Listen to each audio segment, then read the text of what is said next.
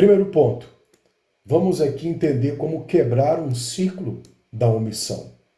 Você já deve ter ouvido falar sobre omissão. Então nós temos que reconstruir o padrão original. Deus deu um padrão original. Qual o padrão original? Está aqui, ó. Gênesis capítulo 2, versículo 15. Olha só que está na tua tela aí. Tomou, pois, o Senhor Deus ao homem e o colocou no jardim do Éden para o lavrar e o guardar. Gênesis capítulo 2, versículo 15. Grave isso daí. Deus colocou um propósito. Ele tomou a mim, tomou o homem, tomou você e colocou a gente no jardim. Fomos colocados no jardim com um propósito, não como hóspede. Eu não sou hóspede desse jardim. Eu sou guardião desse jardim. Nós, como homens, somos guardiões do jardim que Deus nos colocou. Foi assim com Adão. Adão foi o primeiro homem colocado nesse jardim. O que mais? E qual foi a sua primeira missão? Que o negócio vai pegar fogo. Primeiro, Deus colocou ele para ele trabalhar, que era lavrar a terra. Deus colocou ele ali para proteger, que era guardar a terra e tudo que nela estava. Mas só que antes de ele ser marido, antes de Deus ter formado a Eva, criado a Eva, antes dele ser marido, antes de Eva, antes até mesmo do pecado, Adão já tinha uma responsabilidade. Ele já tinha essa responsabilidade. Então, Deus nunca confiou um propósito a um homem passivo. E quantas vezes eu ou você, diante de algumas situações, nós estamos passivos. Passivo é aquela pessoa que está totalmente parada, mas não fora, dentro de si. O que está fora não incomoda. O que está fora não faz você perder o sono, não faz você perder, vamos dizer assim, né? Vou trazer aqui a tela de novo, faz você assim perder a paz. Passivo não é não ter nada acontecendo do lado de fora.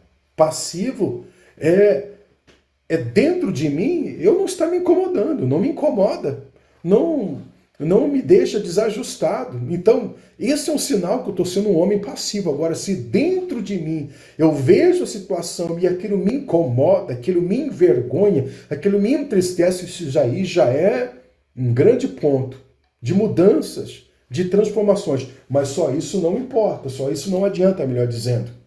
Então, Deus nunca confiou um propósito a um homem passivo. Isso daqui é muito forte. Por quê? Porque guardar, olha só, guardar no hebraico, o termo é chamar, que é usado também para vigia da noite. Grave isso. Ou seja, alguém que permanece acordado. Esse acordado não é o acordado, você sabe, porque nós temos uma vida fisiológica, biológica, né? Que nós necessitamos do descanso. O acordado aqui é no espírito. O acordado aqui é no espírito. Então, quando o teu espírito está acordado, a tua alma se alimenta desse entendimento. Então, ou seja, alguém que permanece acordado. Deus colocou você para você estar acordado. Enquanto os outros dormem, os outros descansam, você é o que está desperto, está acordado, está atento para guardar. Mas guardar o quê? O que eu tenho que guardar? O texto vai dizer guardar dos animais do campo, que não tinham lugar no jardim. Existiam animais que eles eram do campo, eles não podiam e não poderiam entrar, ter acesso no jardim. E Adão tinha que guardar este jardim da entrada desses animais. E Adão, veja aqui em Gênesis 2, 20 e 21, só parte do texto diz: e Adão pôs os nomes a todo o gado e as aves dos céus e a todo o animal, olha, está bem destacado aqui, animal do campo. Mas para o homem não se achava ajudadora. Olha só, não se achava o quê? Ajudadora. Não se achava ajudadora. Isso daqui é interessante. Não achava ajudadora o quê? O texto vai falar aqui pra gente. Idônea, genuína, legítima, que fosse compatível com ele. Então veja que ele já tinha uma responsabilidade antes mesmo de Eva surgir. Então, aqui nós já pegamos esse entendimento do que vimos aqui, que nós fomos, deixa eu fechar aqui, que nós fomos colocados no jardim. O Adão foi colocado no jardim. Entenda isso no teu espírito. Com um propósito, não como hóspede. Então Deus deu para mim uma família, Deus deu para mim uma esposa, filhos, um casamento, uma casa que está sendo transformada em um lar. Eu não sou hóspede aí. Eu sou um guardião da minha casa. Sou um guardião da minha família. Eu sou um guardião da minha esposa. Eu sou um guardião. Mas, como nós vimos ali, o Adão, ele falhou. O Adão, ele falhou. Nós vamos ver isso aqui agora. Ele falhou. E muitas vezes isso é um padrão que está se repetindo. Isso é um padrão que está se repetindo na minha vida e na sua vida. Nós estamos falhando e nem nos demos conta, não sabemos que falhamos. Ou temos consciência que estamos falhando, mas não sabemos o que fazer. Então, dentro desse entendimento, nós vamos compreender muita coisa aqui. Por exemplo, a falha de Adão foi no quê? No capítulo 3, lá de Gênesis, vai falar que o Adão ele falhou nesta responsabilidade. Nesta responsabilidade. O quê? A serpente conseguiu entrar. A serpente era um animal do campo. E ela conseguiu entrar. Então Adão deixou a Eva, naquele momento o quê? Como que ele deixou a Eva? Ele deixou a Eva desprotegida. Desprotegida. Esse mesmo padrão de falha tem se repetido desde Adão até agora. Nós temos falhado. Nós temos falhado em nossa proteção. Nós temos falhado em proteger a nossa família. Temos falhado e temos deixado algumas coisas da nossa vida que Deus nos confiou desprotegida. Desprotegida. E por uma falha, mesmo sabendo que esta é a nossa responsabilidade, a gente vai tocando a vida, como se essas coisas fossem resolver por si própria com o tempo. Mas não é a verdade. Nós precisamos voltar ao padrão. Precisamos voltar ao padrão original de Deus. Precisamos voltar a esse padrão. E aonde está isso? Olha só o que diz aqui. Vamos aprofundar mais. Tem dois pecados. Dois pecados que se seguiram após a falha de Adão. Preste bem atenção. Dois pecados que se seguiram após a falha de Adão. Olha só. Eu vou sair da tela aqui novamente. De vez em quando eu volto, de vez em quando eu estou virando aqui uma tela e outra, tá bom? Então, qual que foi as falhas? Dois pecados se seguiram, um logo após o outro. A Bíblia diz que um abismo chama outro abismo. Um pecado chama outro pecado. Qual foi o primeiro pecado? Está aqui, bem destacado para a gente. O pecado foi a omissão. Ou, aliás, vamos colocar aqui de vermelho, né? Colocar um vinho bem forte aqui, ó. A omissão. A omissão. Ele falhou não em fazer, mas não fazer. O pecado de Adão o primeiro pecado foi em não fazer, porque Deus falou para ele guardar e ele não guardou. Logo depois, esse do pecado de Adão, que ele falhou, provocou o pecado de quê? De Eva, que foi o de fazer.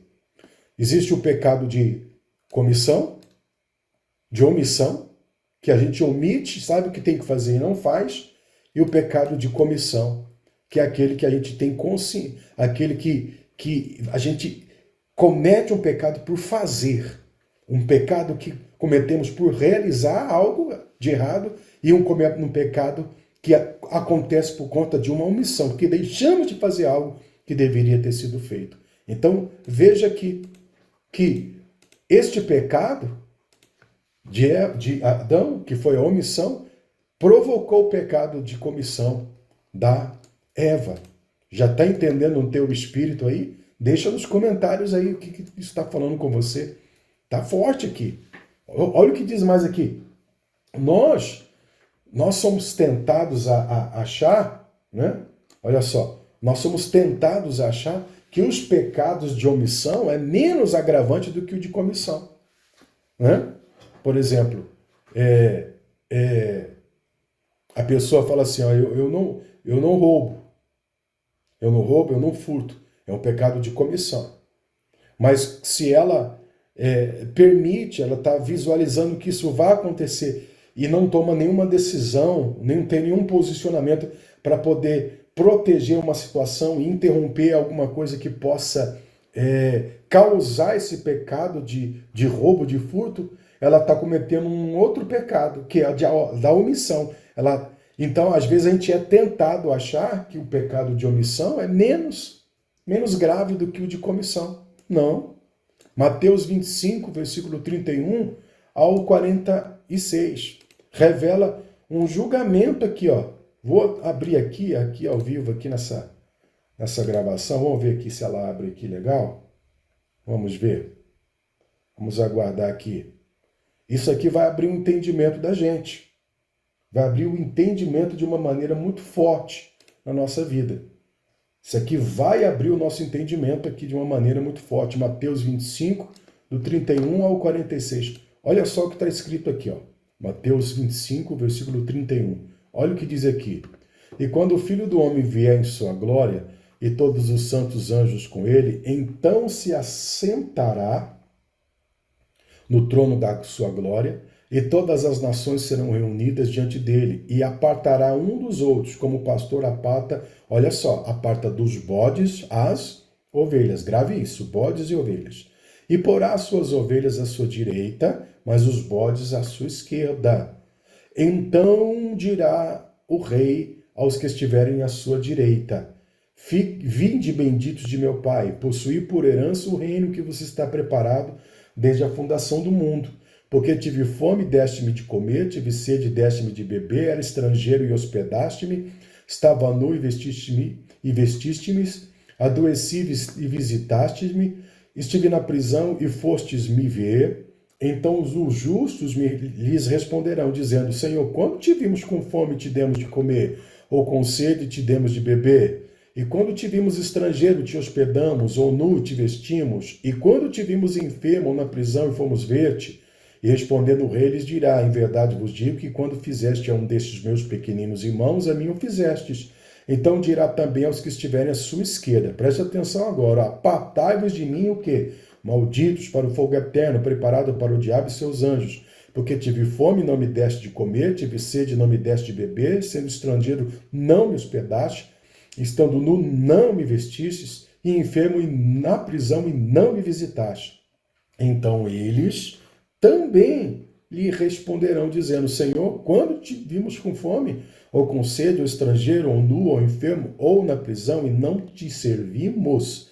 Preste atenção agora nos próximos 2 versículos. Então lhe responderá, dizendo: em verdade vos digo que quando um destes pequeninos não os fizestes, pecado de omissão, não fizeste a mim. E irão estes para o tormento eterno. Olha para onde eles irão. Olha só que a condição é tão severa para eles, eles não fizeram mal nenhum. Eles não cometeram mal nenhum. Pecado de comissão. Mas cometeram o pecado do quê? De omissão. Não fizestes. Vamos voltar lá? Então, veja só que o julgamento aqui é tão terrível, os bodes recebem um julgamento mais terrível que se pode ter. E o que eles fizeram para receber isso? Que a gente já viu aqui, nada. Ou seja, não fizeram nada. Pecado da omissão. Eles não deram alimento, nem bebida, nem roupa, nem nada. Então veja como isso daqui é forte. Como A falha de Adão foi aqui e pode ser que aqui está sendo a minha e a sua falha. A minha e a sua falha.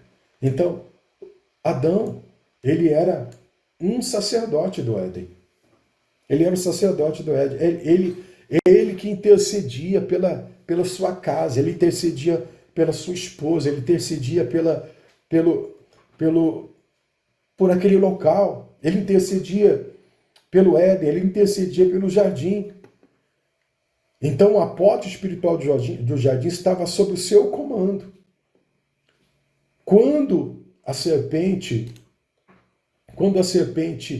ela entrou, e se ela entrou, aconteceu o quê? Se ela entrou, alguém dormiu. Alguém não vigiou. Alguém não vigiou. Até corrigir aqui, ó. Vamos ver aqui. Alguém não vigiou. Alguém se omitiu. Alguém não fez o que se esperava que ele fizesse. E às vezes isso está acontecendo com a gente. Às vezes a esposa só está esperando o marido um dia tomar uma posição, ou eu ou você.